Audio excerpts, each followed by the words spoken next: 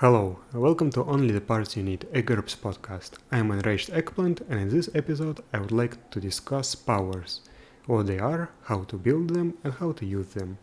I will provide a technical overview, and Legendsmith will talk about practical applications of powers in a future episode. The concept of powers was introduced in GURPS Basic set in Chapter 6, Psionics. I have never in my life opened this chapter before preparing for this episode, because GURPS powers and GURPS psionic powers go into this topic in more detail. And honestly, if you gave powers a read, it can be difficult to wrap your head around what actually is a power, how it works, and why does it even exist. First, what is a power? The definition in GURPS powers states the following. A power is an exotic or supernatural gift that you can direct in different ways to produce a number of related effects. Each power consists of the following elements. 1. Source. Each power has a source, the origin of the energy the wielder manipulates to produce its effects. The examples are magic, divine, cosmic, psionic, etc. Many people equate sources with power modifiers that we will talk about later. This is not always the case, and I will explain why later. 2. Focus. The power also needs a focus, the item it manipulates or the concept it revolves around. This can be a form of matter or energy, such as fire, air, vacuum, natural phenomenon, such as weather, death, or disease, a supernatural phenomenon, such as astral projection, ESP, or the will of a specific deity, a class of targets such as animals, plants, machines, or an abstract concept such as probability, chaos, evil, or the future. 3. Abilities. Each power has a list of abilities, advantages that make sense as manifestations of the power, given its focus. In addition, some skills make sense as abilities for certain powers, such as the chi skills from the basic set and martial arts. We will talk about abilities more in depth later. 4. Power modifier. Each power also has a power modifier, a limitation or enhancement, that turns an advantage into one of the power's abilities. An advantage must have the relevant power modifier in order to be part of the power. GURPS power says that there can be no exceptions to that rule, but it's not really true. This is a very deep topic that we will return to later. 5. Talent. Each power should also have a corresponding talent that gives bonuses to success rolls made with that power's abilities. 6. Special rules. GURPS powers offers a wide selection of special rules that can be applied based on the power source. However, it is also possible to make these rules apply on a power-by-power basis, even if they share the same source. While looking insignificant, these rules can drastically change how the power works and make the power feel distinct. Technically, they are part of the power modifier, but many people fail to realize that. Let's talk about the power sources. They can be roughly divided into two categories, internal and external. A power with an internal source uses the wielder's inner energies. The examples of such sources are biological, chi, and psionic.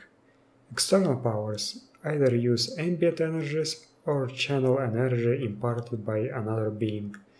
The example sources are magical, divine, cosmic, spirit.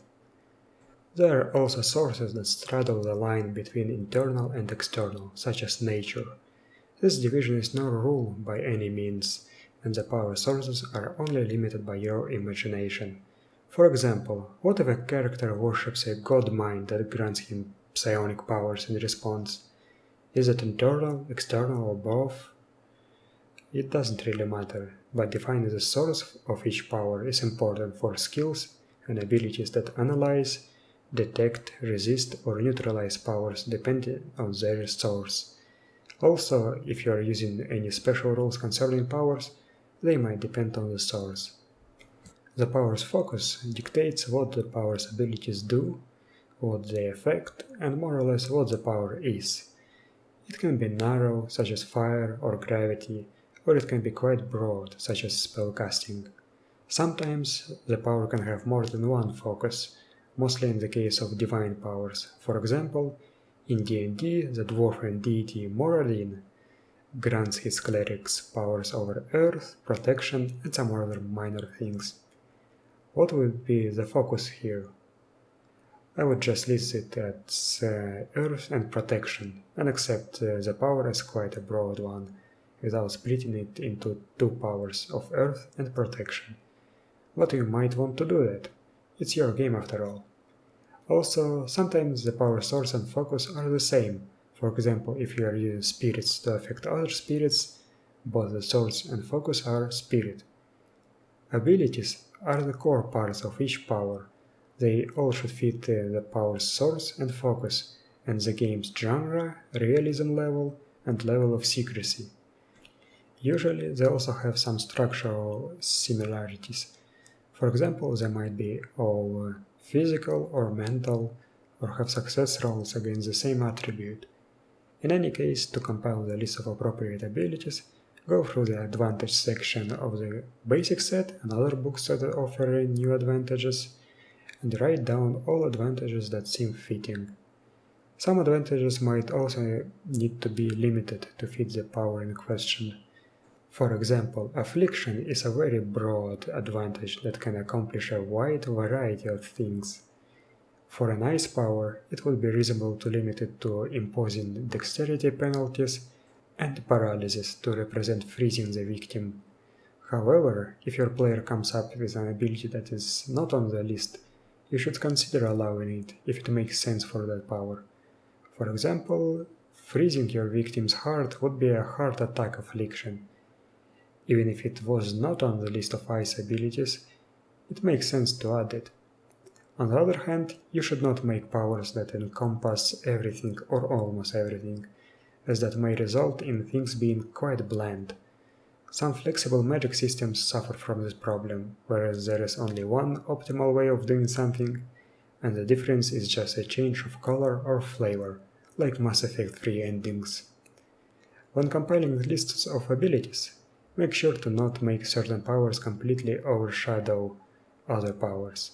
There must be an appeal for a character to use each power, both from the in-universe perspective and from the player perspective. Also, when writing down the abilities, do not forget about skills that are supernatural in nature, such as invisibility art, musical influence, enthrallment, and imbuement skills. GURPS Powers says that you should not do that, so maybe that is not a good idea. It's up to you to decide. Moreover, it would be reasonable at this point to determine what advantages can be taken as wild advantages, that is, advantages that do not belong to a power. Talent is an important part of the power, as it acts as a bonus to all success rolls against attributes, secondary characteristics, or skills to use the power's abilities. This includes rolls to activate, attack with, control, or defend with those abilities. This does not include damage rolls, reaction rolls, except those for allies with summonable and patrons with highly accessible, appearance rolls for associated NPCs both as abilities, rolls required by limitations, or rolls made by the ability's target. Even for passive abilities, it can provide a bonus to certain rolls. For more detail, see page 158 of GURPS Powers. It provides a lot of examples. Usually, the talent costs 5 points per level, but the costs might be higher for especially broad powers, such as magic. It is possible to take abilities of a power and not take the talent, and the other way around. Also, keep in mind that talent is much more important when using power skills. Let's talk about power modifiers now, as they are very important. Let's reiterate, a power modifier is a limitation or enhancement that turns an advantage into one of the power's abilities. The power modifier starts at 0%, indicating that the ability belongs to that power and that it uses the special rules assigned to it. Then you have to consider countermeasures that are applied to all abilities in addition to whatever countermeasures already apply to them. These can be anti-powers or mundane countermeasures. Mundane countermeasures, in my opinion, are the most difficult to understand part of the power modifiers. If the power does not work in a reasonably common environment that is likely to occur in nature, and enemies could exploit this weakness using everyday items and knowledge, but not specialized technology and other powers, then you add minus 10% to the power modifier. If an individual ability has accessibility, environmental or terminal condition limitation that overlaps with this condition, then it cannot claim a further discount for this limitation. Basically, in this case, mundane countermeasures are a common form of environmental. Personally, I am not a fan of including these in the power modifier. I prefer giving such limitations to individual abilities. On the other hand, if the power is counteracted with such mundane things as, for example, just being wet, or doesn't work for 5 seconds after the wielder has been stunned, which can be achieved via mundane means, then I think it would be reasonable to include such things in the power modifier and call them mundane countermeasures. Anti-powers are defined much more clearly. If there are other powers that can negate your power, then you add minus 5% to the power modifier, regardless of how many such anti-powers exist. This covers such advantages as mana damper, static, neutralize, and affliction that takes away your power's abilities or talent, and spells such as dispel magic. Note, however, that it does not include resistant. In addition, if there is a specialized technology that can shut down your power, then you add an additional minus 5% to the power modifier. This includes psionic shields, superpower suppressors, certain drugs, and so on, depending on the setting. Both of these anti-power limitations are cumulative with mundane countermeasures. Usually, when anti-powers are brought up, people think of specialized powers such as anti-magic or anti-psi, but certain opposed powers do count as anti-powers despite not being specifically designed for that. This mostly concerns moral powers such as good and evil and order and chaos that can negate each other's abilities. Powers that do not have anti-powers do not add anything to their power modifier. However, they can be still negated if the advantage in question has some built-in weaknesses. For example, invisibility can still be negated with C invisibility. Powers that ignore even these weaknesses add cosmic plus 50% to the power modifier.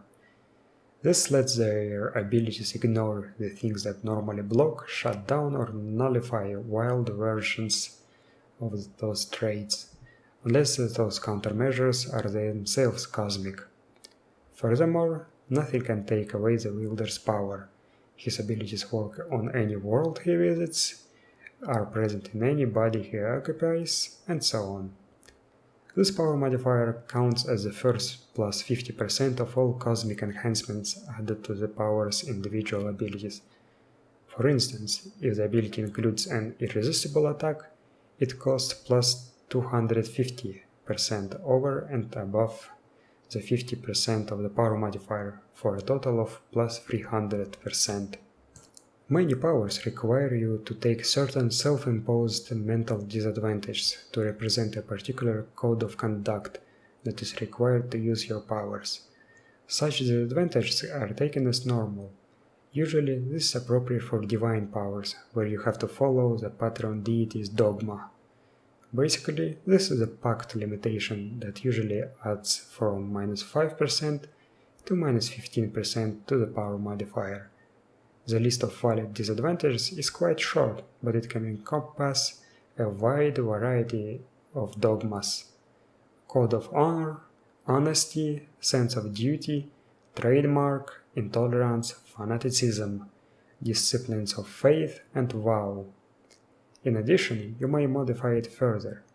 If upon transgression the power vanishes gradually with enough warning to escape a dangerous situation, then you add plus 5% to the power modifier. If it turns against you, then add minus 5%. If atonement requires a day of praying or meditation, or something equally minor, then add plus 5%. If atonement takes a month-long quest or a major sacrifice, then add minus 5%. The total modifier for the required disadvantages cannot be positive.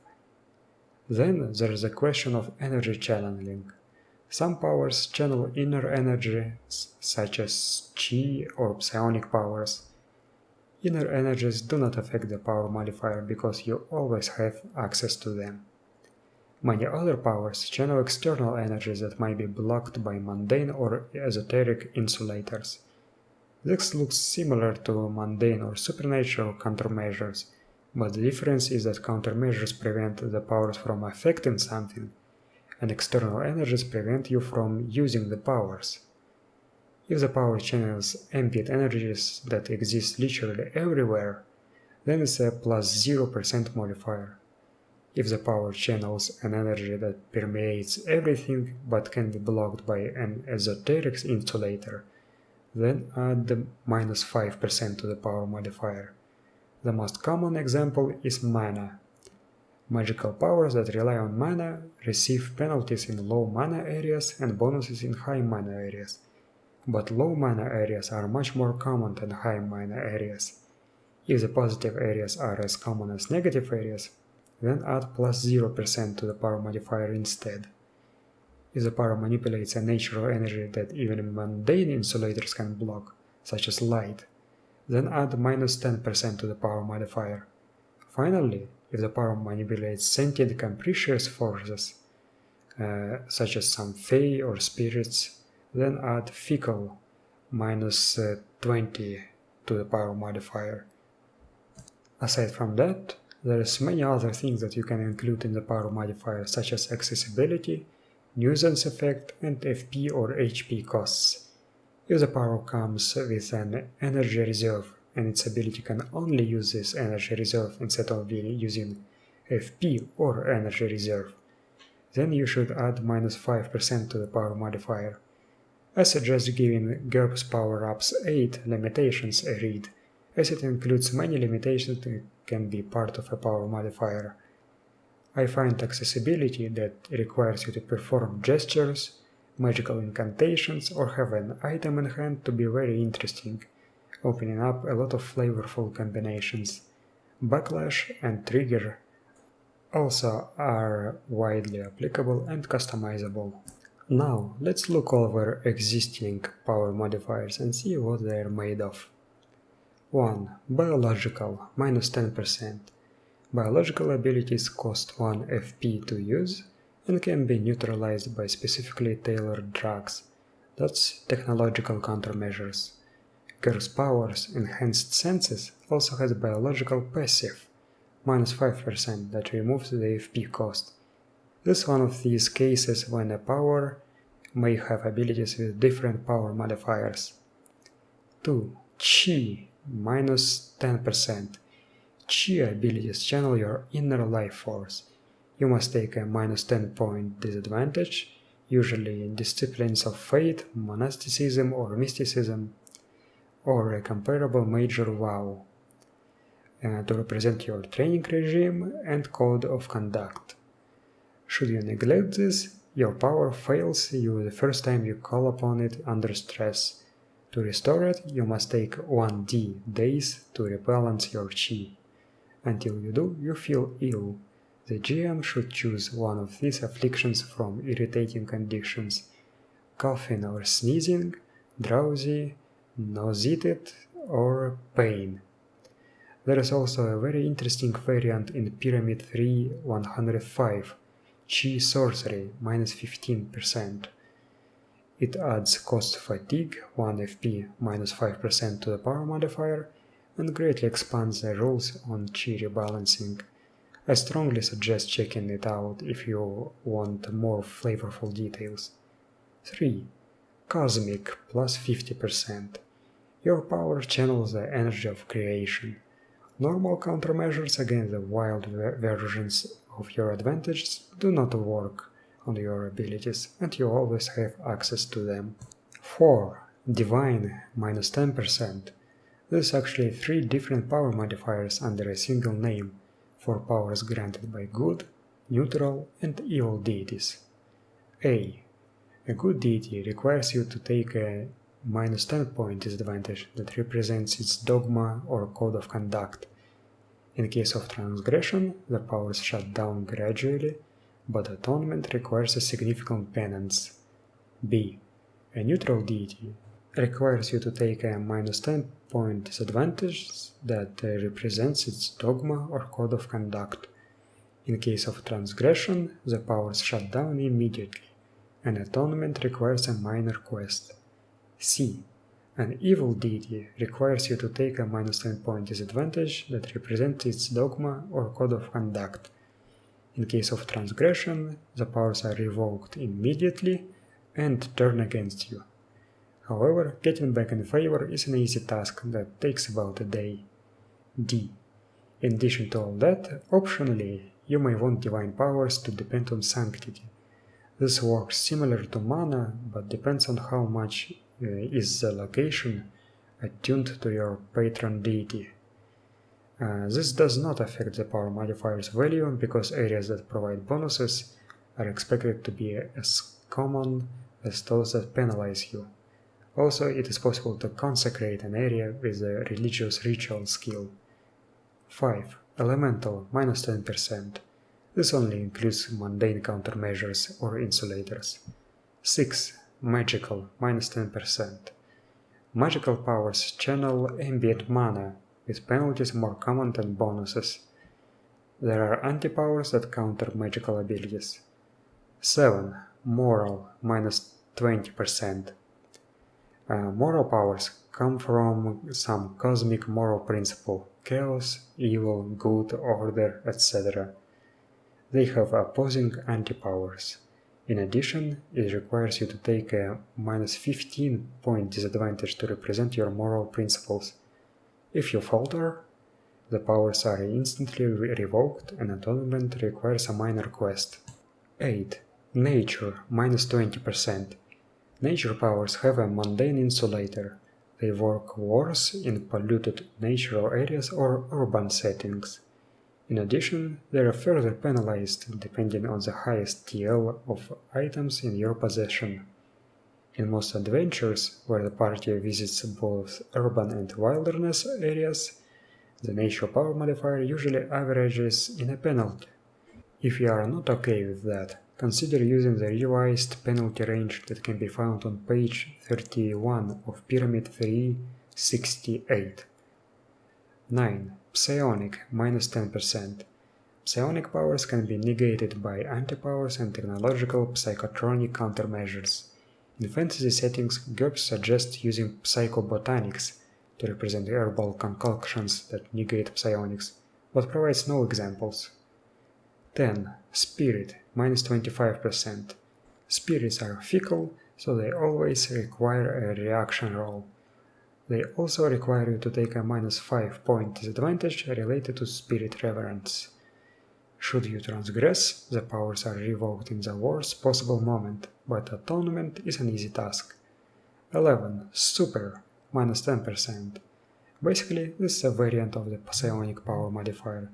Generic superpowers have anti-powers and anti-super technological countermeasures. There are other examples in other books, such as electronic, mechanical, advanced electronic, mutant, savant, nanotech, rage, and others. The power modifiers are only limited by your imagination. You should not forget that power modifier and power source are different things. For example, there's a sample teleportation power in GURPS powers. It lists magical, psionic, and super as appropriate power sources, but does not limit the power modifiers.